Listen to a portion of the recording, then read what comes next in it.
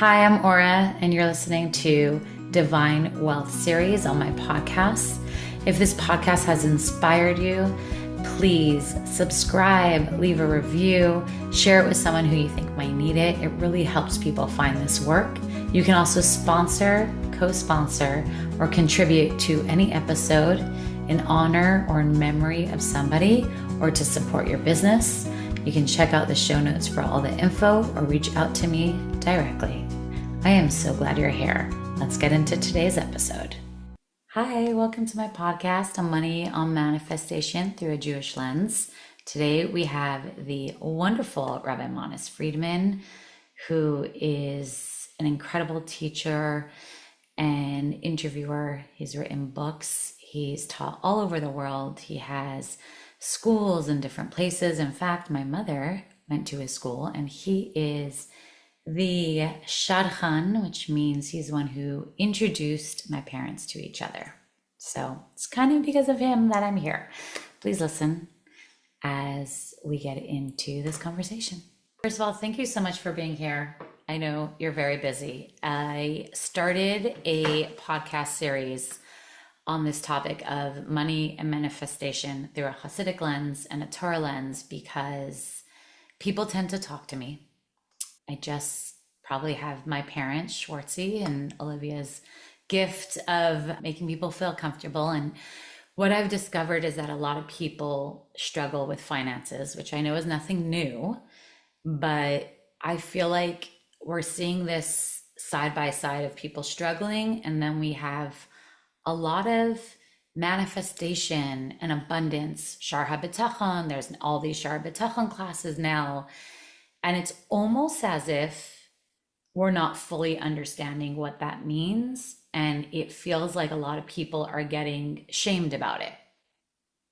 So I was deciding that I feel like I need to talk to some very knowledgeable rabbis and rebbitzins on this topic to see maybe there's something that we're missing as far as understanding financial stability and what Hashem wants from us and how that works with our mission in life.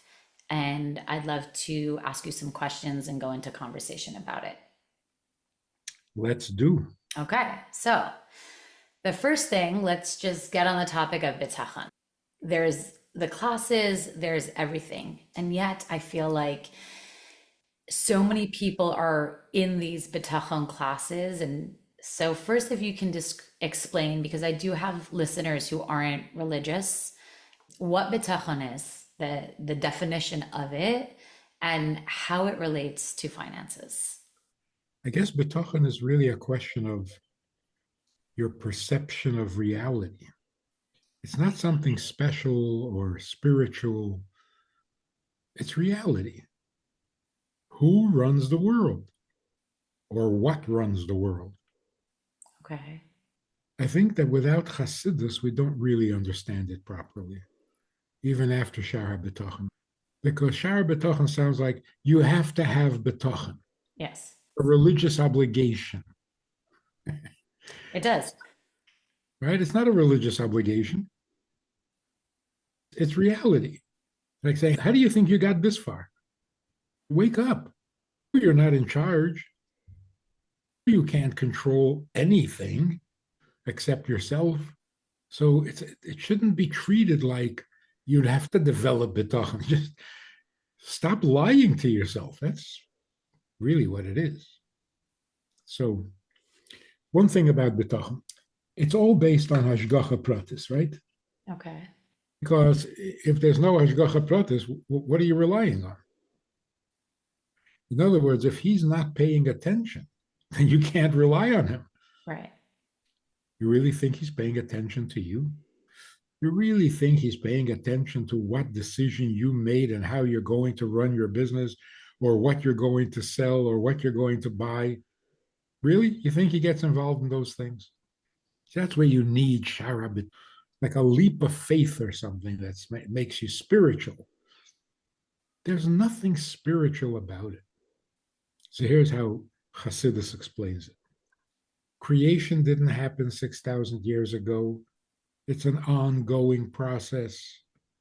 If God doesn't create you today, then you don't exist today.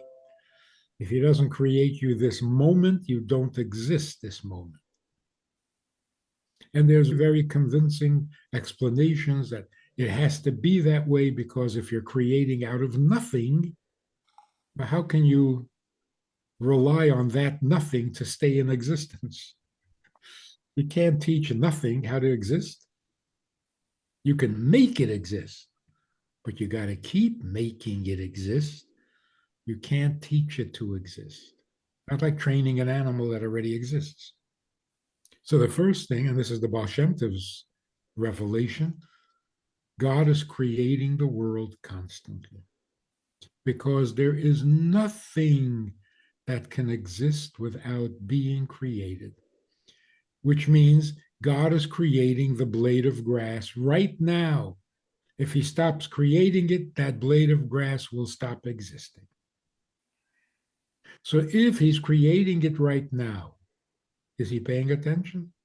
Of course. You can't be creating me this moment and not know what I'm doing. Okay. So I think the first message or the first lesson should be Bitochon is not a spiritual experience. It's reality. Not Bitochon is to be out of touch with reality. You're delusional. I think that changes everything. It does change a lot. And it sounds like Bitochon as reality is really being in alignment with your soul, I would say. That's the reality, right? What if someone feels they are in reality, and they're still having trouble financially? And we do live in this world, and as Jewish, and especially in the Orthodox community, there's so much schools and camps and all this stuff and holidays and Shabbos. If you feel you have bitachon, and then this leads to the next question, is that are we supposed to be abundant people? Because the other messaging is that we're heading into this geula time, right? And that the Rebbe always said, you just have open your eyes. It's there, you have to see it. And we were also taught that in geula time, you're in the state of abundance. So does that mean someone who is financially struggling is doing it to themselves? Is that not Hashem's wish for them? Is it our path to become this abundant people and we're doing something that's not aligning well? Okay, so again, the first thing is if you're having bitochen, see, that's not, you don't have bitochen. It's not something you can put into a little bag and carry around with you. If a person thinks I have bitochen, there are going to be moments when his bitochen gets weak or he loses his bitochen.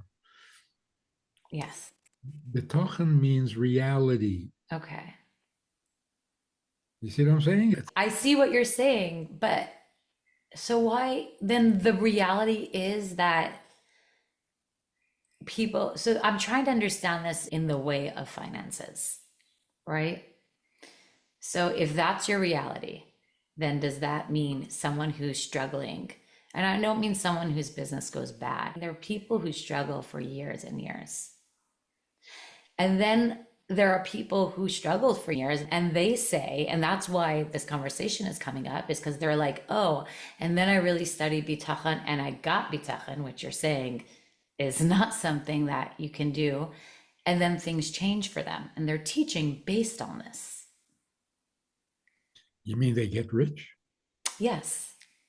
That is such a dangerous message. I know, which is why I'm coming to try to figure this out. This is my point. My point is this is what's being taught in the manifestation world, in the Jewish world, and something doesn't feel honest here. And I'm trying, this is why I'm coming to you to understand it and to share, because I think it's putting a lot of people in distress. Yes, yes, you're right. Bitochen does not promise you money. Okay. Bitochen promises you peace of mind, whether you're rich or poor. There are rich people who suffer from a lot of anxiety. They need bitochen. And there are people who suffer because they think that being poor is a punishment, and because they don't deserve, because they're worse than the next guy. Terrible. In fact, it's very not Jewish. There's a Christian denomination that believes that if you're successful, God is approving of you. If you're poor, it means God doesn't like you. Okay. Whoa. Very That leads, harsh. Very harsh. in some way, it's saying Jews are poor, and we've been poor for about 1500 years. Jews are poor because God doesn't like them. Christians are wealthy because God likes them. So it's really anti-Semitic. Yeah. Anyway, so here's the thing. Why is it that human beings need to work to make a living in order to have the money so that they can buy the food that they need? What a torturous path. Who invented this? Who created this? Why aren't we all farmers eating what we plant? Or why aren't we like animals? Just run around and find something to eat Mm. or someone to eat. Some people do that. Only human beings have this whole complex lifestyle. And it does leave you feeling, what is all this about? I work hard, I do make money, I don't make money. It's a terrible system. Those who make money become arrogant and controlling and corrupt and power hungry. And those who don't have money become depressed and suicidal. Yeah. It's a horrible. That's the result of eating from the Eitz Hadas. Had we not eaten from the Eitz Hadas, everything would grow on trees, and we would never have to have a job or a career or training or leave the house to make money. That whole thing is just so artificial, unnatural. So why? Just like as a punishment for 5,000 years Yeah. because of a fruit? Come on. The reason is so that people interact and become interdependent. That's the positive side of it. The reason you need to go to work is because if you didn't have to go to work, you would sit home and never meet anybody. Mm. Because of jobs, or whatever that is, people meet each other from across the oceans. You do business in China, you do business in Vietnam. You would never. So it's not all about making money. There's a purpose, there's a divine reason for engaging in business, whether you make money or not. Financial success is not a sign of approval from heaven. Look who's successful. Yeah. Yeah. It can't be. Yeah. So we got to rethink reality. What is this working for money? It's so crazy. And it can't be a continuous punishment meant to make you suffer. No, it's because you need to experience places, people, you need to be exposed because either they can do you a favor or you can do them a favor. You learn from them, they learn from you. Something is going on that is very positive and constructive. And it brings the world closer to Mashiach. Whether you made a lot of money, that's really irrelevant. Number two, the Rebbe said, we are the last generation of Gullus and the first generation of Geula. That's why we're crazy. Either be in Gullus or be in Geula. But 1 foot in Gullus and 1 foot in Geula, it's crazy. Yeah. So is there more abundance today because we're close to Mashiach? Absolutely. Mm. But that's 1 foot. The other foot We're still is stuck. still in Gullus. So it really is making us crazy. So it sounds like one of the reason the system of jobs and finances is really to build community, right? By meeting and doing, and then when you're in community, you're in service in some way. And it's a way for people to help each other out and possibly meet their divine missions of their soul. And I like the way you explain Geula and Gullus are 1 foot, which makes a lot of sense. And is there a way to change your path, like your mazel? We talk about if we're 1 foot in Geula and Geula is an abundant time and it's there, but someone is having a hard time accessing it, is there a way to make a kli? We talk about tzedakah. It's talked about a lot that if you give tzedakah, you get tzedakah. There's a famous quote by, and this is back to the Bitochon, which is why more Bitochon, more panasa. Someone made an art piece on it. It's going around.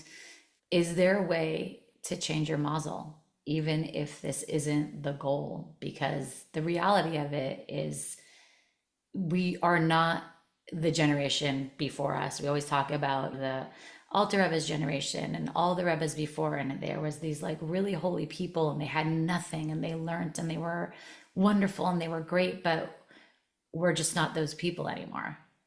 We live in a different reality, and so it is really hard to have that type of reality of everything's good, but I can't pay my bills. I can't send my kid to camp. Is there a way to change it? First of all, look at the difference. A generation ago, people were saying, I don't have money to feed my baby. Right. Now we're worried about going to camp. Come on, that's a vast improvement. Very true. Oh, my kid is going to have to stay home. Huge house. Yeah. So, yes, we are living in a time of abundance. But if people are saying, how do I get rich?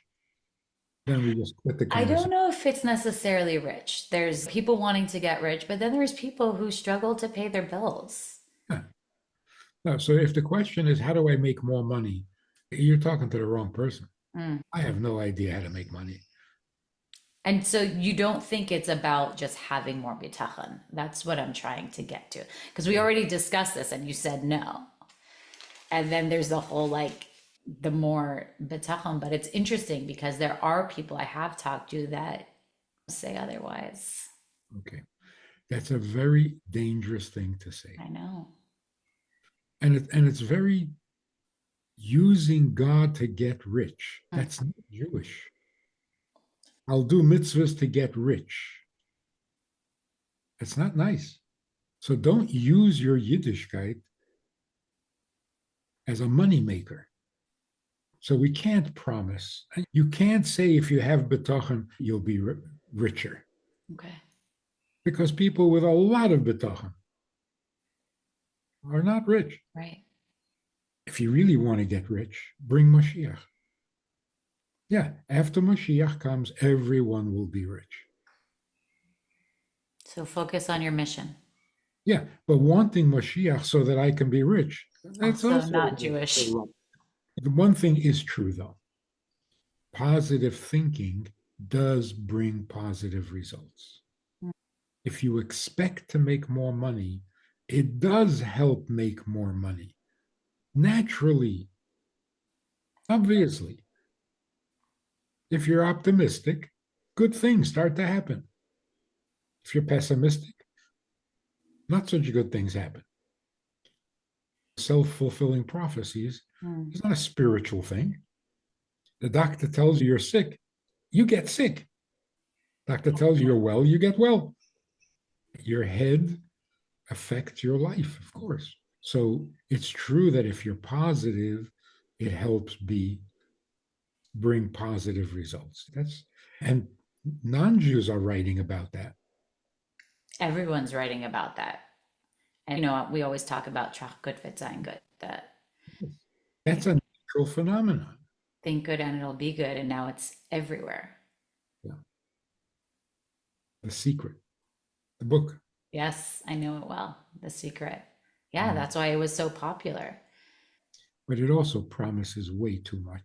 I know. So as you're talking, I'm thinking about this is yes, but there are people who also, I reached out to someone about having this conversation and they're like, check out this. I did a podcast on this already. And I listened to the podcast and it was about how money doesn't bring happiness. And I was like, in essence, your podcast is about happiness, not about financial security through a Jewish lens. And this is stuff we know, and it's that same concept of think good and be good. So then, if someone is struggling, do they just accept that this is one of their paths and meant to be?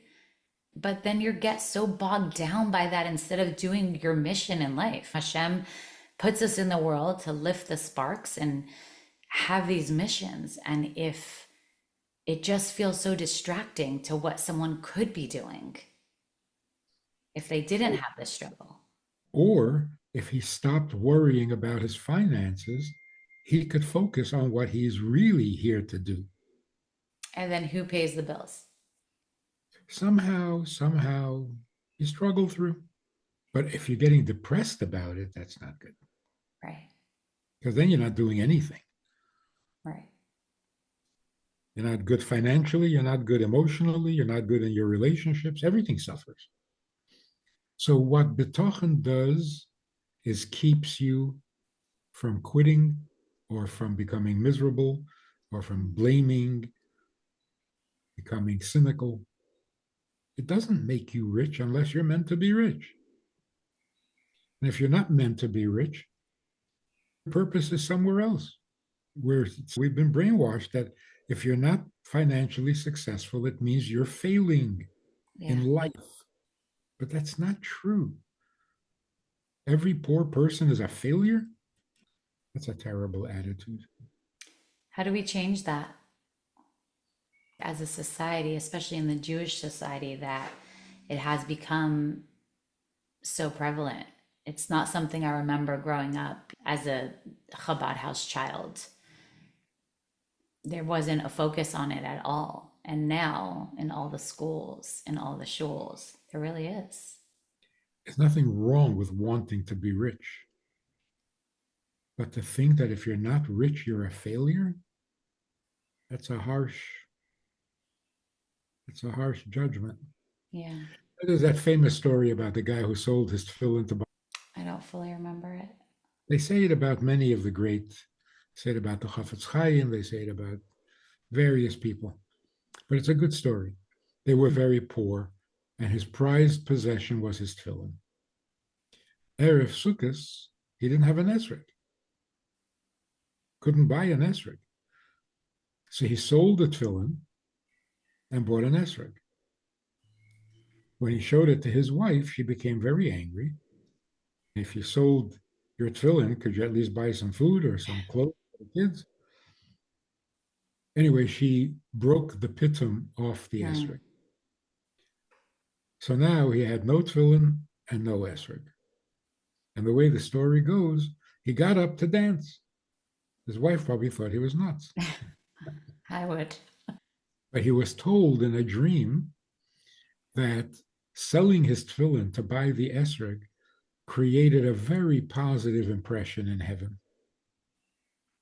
but not nearly as great an impression as the fact that he didn't get angry at his wife. That's the moral of the story, the purpose of the story, and so on. But let's examine it a little bit. How does a man who sold his tefillin to buy an esrog not get angry at his wife for breaking the esrog? How could he not? He bit his tongue? That's not impressive. The only way that can make any sense is here is a person who just wants to serve God. During the week, how does he serve God? He has tefillin. On Yom Tov, you don't put on tefillin. So he sells the tefillin to buy the esrog. All of a sudden, he doesn't have an esrog. His immediate thought was, so what can I do for God now? Be happy on Yom Tov? Okay. Whatever he wants. I'm not particular. When he wants tefillin, I'll put on tefillin. If he wants an esrog, I'll buy an esrog. He wants me to be happy on Yom Tov, Zman Simchosenu. Fine, I'm happy. So why didn't he get angry? He didn't need an esrog. He wanted to serve God with an esrog. God suddenly says, no, you're not going to have an esrog. So his immediate thought was, okay, so what should I do for you? If you're rich, you can serve God a certain way. You're not rich, what is God telling you? Serve a different way. Don't be so narrow-minded. Only rich people. So it sounds like the disconnect is in the ego, in the self, of wanting something for yourself and not for serving God. And forgetting that God really does run the world, Right. and he does a pretty good job. So there's this guy, very Hasidic guy from another Hasidic group. He's a Kohen. Okay. He's divorced and he wants to remarry. And he says, why did God do this to me? It's so cruel. I can't marry a divorcee. Why did he do this to me? He's really angry at God. And when he mentioned it to me, I said, what are you talking about? Your wife is not a divorcee. Why would you look among the divorced women? This is not a problem. This is a blessing. Your wife is not among the divorced women, so don't look there. God, that narrows it down. Yeah. If God says you're not meant to have money, fine. It makes it clear as to where your mission is. People who are very rich, well, that makes it very clear what their mission is. Right. The joke about who keeps Shabbos. You know, when you live in Russia under Stalin, you can't keep Shabbos. Yeah. When you get to Israel, then you'll keep Shabbos. Now he gets to Israel and he's not keeping Shabbos. You say, why aren't you keeping Shabbos? He said, this is Israel. You don't have to keep Shabbos in Israel. Everything is Jewish here. This is not America. In America, you have to keep Shabbos to remember you're Jewish. Then you see him in America and he's not keeping Shabbos. And you say, why aren't you keeping Shabbos? He says, what is this, Russia? Yeah. So a guy who's very rich, and you say, you really should be keeping Shabbos. He says, what are you talking about? I've got huge companies. I've got thousands of workers. I can't close down on Shabbos. What am I, a pauper? Yeah. And suddenly he's a pauper, but he's not keeping Shabbos. You say, why aren't you keeping Shabbos Made it now? work. He said, if I was rich, I would be able to keep Shabbos. Yeah. So who's going to keep Shabbos? Not here, not this, not Hashem wants you to keep Shabbos, but only if you're poor. If you're rich, he doesn't need you. Mm. I think a good example. A guy says, I'm divorcing my wife because I want to become frum. I want to become observant, and she doesn't want. So you want to become observant. So the first thing you're going to do is divorce your wife, which is the only mitzvah you're really performing right now. What a good way to launch a career of observant. This new path. But more than that, if you get divorced, God doesn't need you to serve him. He needs you to serve him as a married man married to this woman.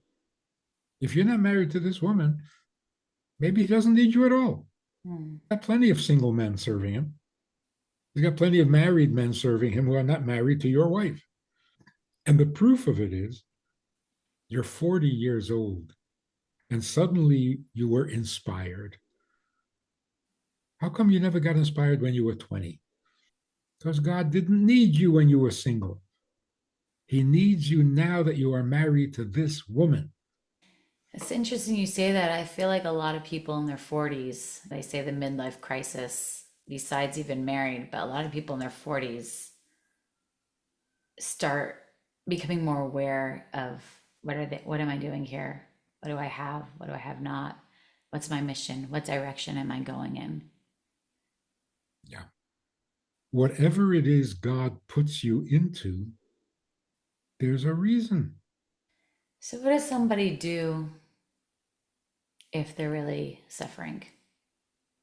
How does one change their mindset? Do you think they need help around it? Do they need to get counseling? If it feels to them that there's a cycle they can't seem to break, what would one do? So the question is not how to get them rich. The question is how to get them comfortable with their reality. So is it faulty expectations? I'm supposed to be rich. I got to be rich. Why? Who said? You want to be rich. Yeah, okay. Everybody wants to be rich. Everybody wants to be healthy. Not everybody's rich. Not everybody's healthy. So wanting good things, yeah, fine, isn't it? But making yourself sick over it, that means that you're not accepting God's judgment.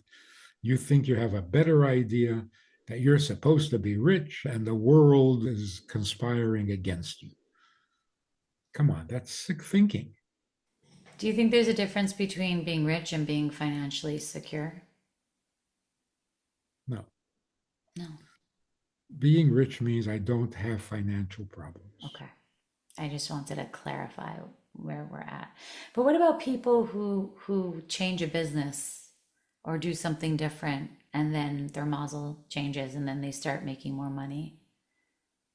Is one not supposed to seek out financial stability?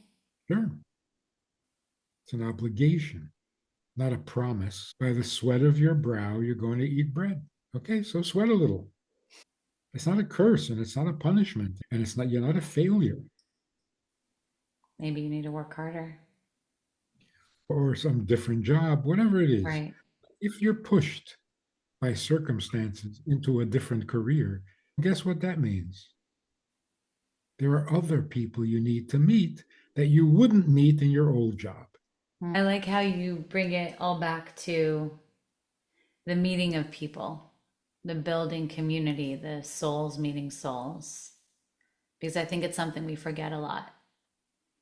That if you're in a space or in a job or in a community, you're supposed to be doing something there. Yeah, because we think, I don't know, we take working for a living or having a career as if it's some kind of a law in nature, but it doesn't make sense. Of all the creatures in the world, the human being can't seem to feed himself. There's got to be a purpose to this. Yeah. Yeah. Thank you. I really appreciate your take on this because I think there is a lot of this, oh, you're just not believing hard enough. You're just not thinking positively hard enough. You're just not doing something right. Which is as bad as saying you got to work a little harder, Yeah. put in a few more hours. It doesn't mean I've seen people who are struggling and they work very hard. It doesn't mean someone's not working hard. It doesn't mean the effort's not there. You always blame the, okay, so fine, you're working hard, but don't work harder, work Yeah. smarter. Oh, yeah. Thank you for that advice. Yeah. I guess that comes to the question I ask everybody is where's the effort versus belief, right? Hashem versus our effort come into play. Or just, did I put myself in this position? Did I choose to be poor? Did I choose this kind of a blue collar job? Does God have nothing to do with that? Yeah. And I Okay, think one, that, one sorry. other story that's very useful. Oh, I love stories, please. The story in the Gemara, one of the sages saw a man on the side of the road and he said to him, how did you get to be so ugly?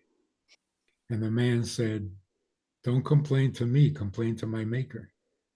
The explanation behind that story is that the sage never saw ugliness. In his godly existence, he never sees ugliness. Now he saw ugliness and he wondered why. And he realized because it's his job to improve the condition, Mm. to take away the ugliness. So he analyzed the situation and he realized that the ugliness was coming from arrogance. This guy had never admitted to having a creator. So he said, how do I get him to admit that he has a creator, that he's not a self made man? So he said to him, why are you so ugly? And it caused him to say, what do you think? I made myself? Not my fault. Complain to my maker. We all do that. When something is wrong, complain to my maker. But if I give you a compliment, that's not about the maker. Oh, yeah, that's me. That's me. So Part of Bitochon is, who is making this? Who made you poor? You did that yourself? That's dumb. You're not so dumb. Why'd you do that? So you got to say, oh, I didn't do that. So I didn't make myself poor. But if I was smart, I could make myself rich. If I had a lot of Bitochon, I could make myself rich. Yeah. No, you can't. So if you're bothered by the fact that you're poor, your response should be, talk to my maker. What do you want from me? It's funny. Your response should be more Bitochon. That's it. I So can't do anything about this. Hashem did it. Hashem, this is a bother. So why do we call that Bitochon? You didn't do it.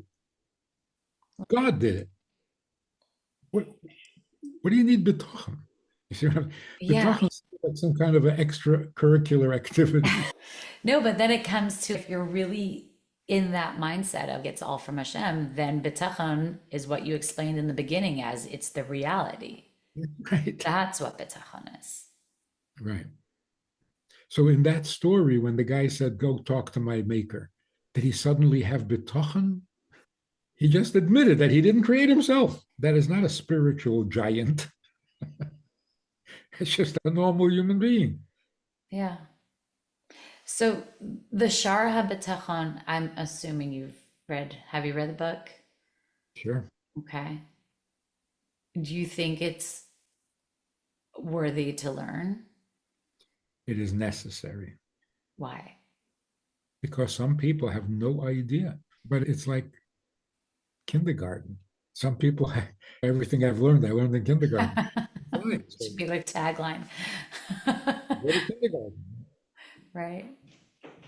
But Shara B'Tachon is just basics, makes it much richer, much deeper. We need a Hasidic book on Shar HaBitachon. Right, that's right. I just heard the story recently. The Rebbe said to somebody in Yechidus, if people learned Shara B'Tachon, I wouldn't have to answer all these letters. Which made me think, is the Rebbe complaining that he has too many letters to answer?